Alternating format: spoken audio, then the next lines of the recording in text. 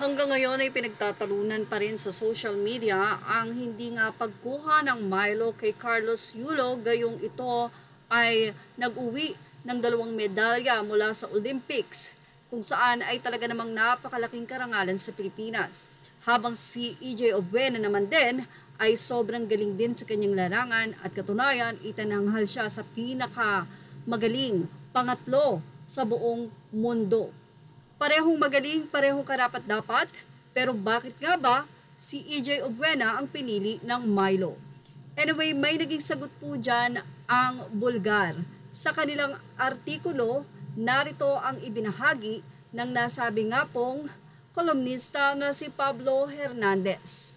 Prangkahan, Pablo L. Hernandez, aniya sa kanyang naging update about sa pagkuha ng Milo kay EJ Obuena.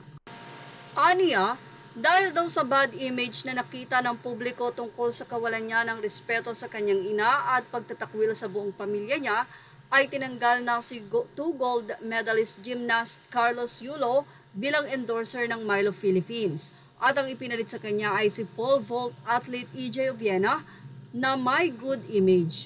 Buti pa daw ang Milo Philippines ay ipinararamdam kay Kaloy na dahil sa masamang ugali nito kaya siya tinanggal bilang endorser ng company.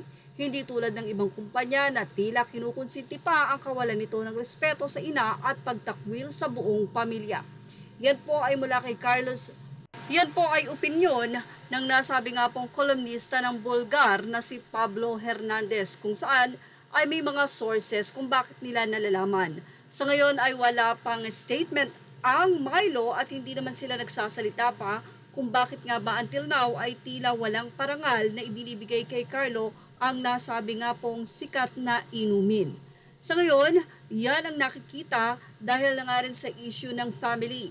Kaya naman pure ng nasabi nga pong kolumnista na si Pablo Hernandez ang Milo dahil hindi nga daw nito kinukonsinte ang ugali ni Carlos o ang ipinapakita nito sa buong mundo na pagdedma sa kanyang mga magulang. Samantala sa ng mga netizen, hindi kasi papayag ang Milo na ang kukunin nilang endorser natatalo yung energy at power ng Bleach.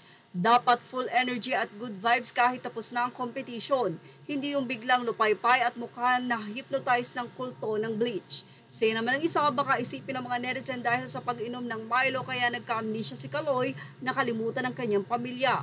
Magandang aksyon ang ginawa ng pamunuan ng Milo na alisin na si Carlos, palitan ng karapat-dapat yung may respeto at pagmamahal sa magulang, may good manners and right conduct ang kanilang maging endorser. Congrats EJ! Totoo po, ganun pa man, patawarin na rin si paring Kaloy. Ganun talaga ang buhay, may mga mapanira, ma-achieve lang ang mga pangarap. Say naman ng isa, congrats ibigay sa iba, dati ng endorser si Kaloy and he's too old for Milo. May partner na siya, natatawa lang ako sa word na si Bak by Bulgar.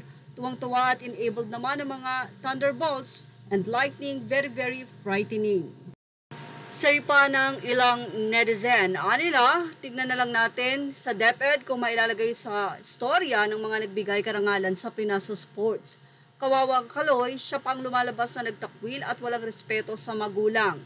Tama yung side ng Milo Philippines, dapat lang, di ko magawa yan sa sarili kong ina, pero siya napakasimple lang.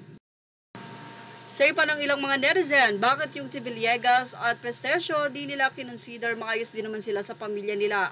Sana bigyan din naman ng pagkilala ang ibang athletes natin na may magandang record at values. Si Yulo, ala na yun, unti-unti na yung mawawala sa eksena, sisihin ng GF na Apple na brainwash na si Yulo ng babaeng yan, walang respeto.